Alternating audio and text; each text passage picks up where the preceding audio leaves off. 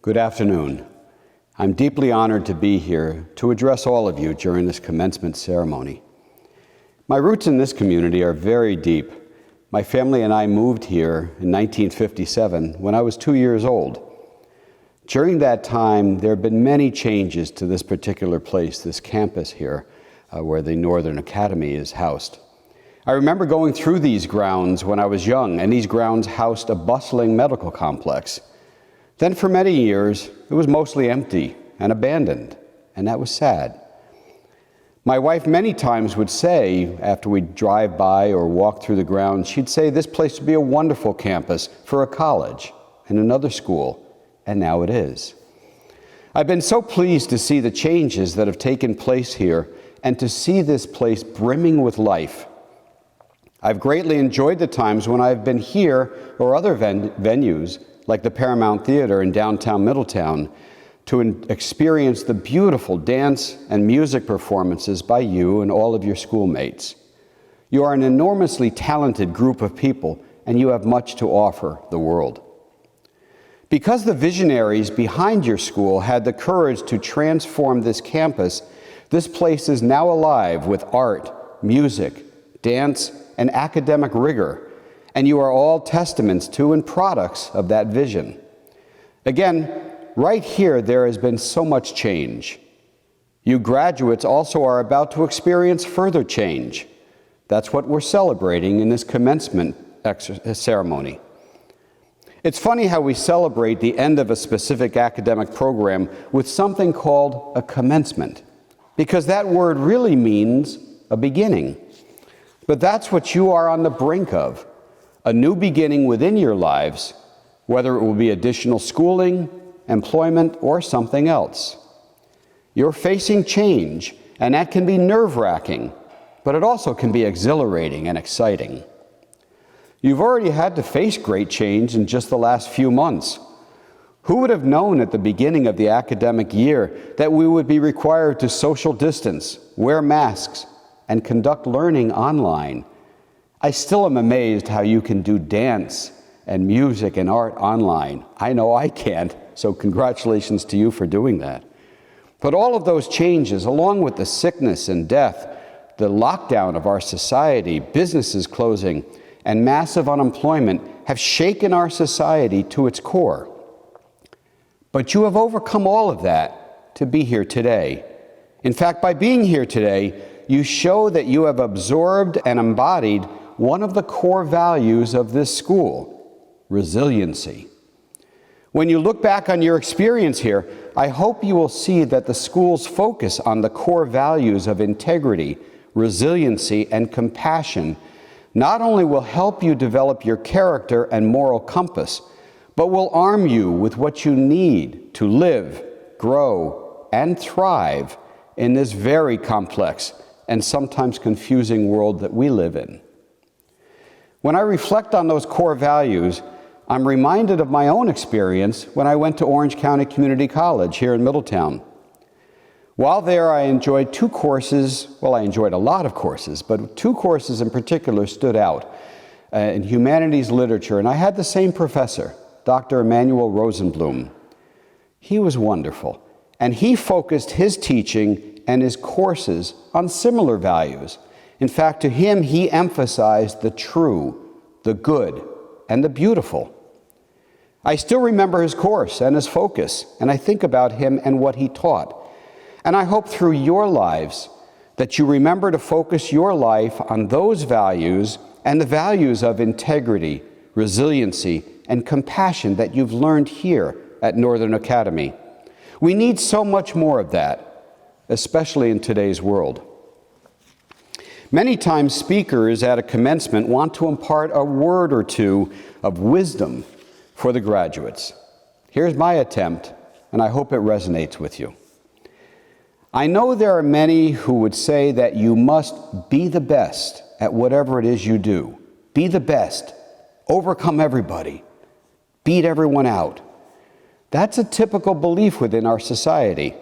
I'm not sure, though, that I agree with that.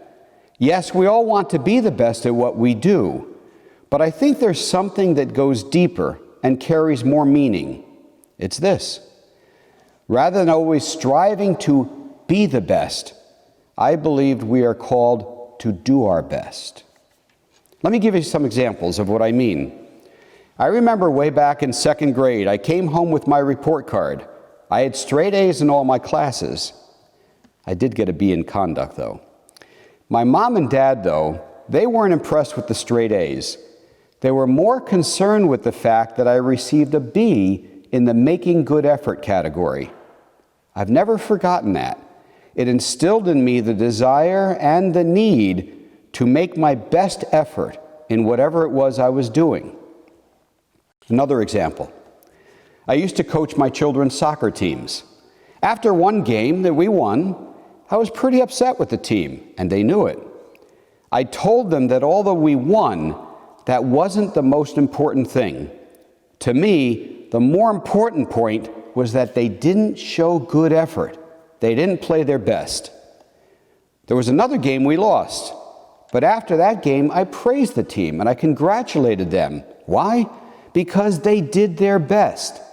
They lost to a better team, but it was okay because my team demonstrated their best efforts. One of my sons who was on that team still reminds me to this day of that lesson. And he remembered how angry I was when they didn't try their best, didn't play their best, but still won. But he also remembered how I congratulated them when they did their best. The point of doing your best, rather than striving to be the best, was driven home in a great article. It was called "The Benefits of Doing Our Best, Even in Adversity."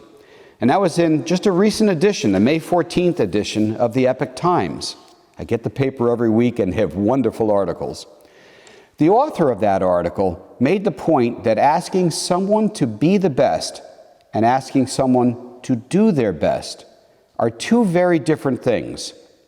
As the author noted, and I quote, "When we focus on being the best, it naturally involves putting ourselves first rather than thinking of others first. As a result, we may begin to lack compassion for others and look out for our own vested interests above all else. Our hearts often become uneasy as we strive to outdo others." End quote. The author then compared being the best to doing our best, and she went on to say, quote, "Doing our best means giving our all and going about whatever we endeavor with our whole heart. No matter how hard the task may be, it's important to strive forward with focus and determination. Doing our best is a virtue. It not only fills us with a sense of accomplishment, but serves to strengthen the good things in us. It takes resolve and determination, focus and perseverance, as well as a great deal of self-discipline. Things such as patience, honesty, ingenuity, and being thoughtful and considerate of others are also required, and sometimes it even involves blood, sweat, and tears." She went on to give many more examples and to talk about that, and in fact, she put it in the context of instructing her own son of the difference between being the best and doing our best. If you ever get a chance to read that article, I would highly commend it to you. It should be taught in the schools. I hope that whatever you do in the future, you take all of these words to heart and always, always, always strive to do your best at whatever it is you're doing. I'll leave you with this, which is something I read when I was a senior in high school. I don't remember who the author was, but I've never forgotten the statement. Here it is. "I am only one, but I am one. I can't do everything, but I can do something. What I can do, then that is what I should do. And what I should do, then, by the grace of God, that is what I shall do." Thank you and congratulations.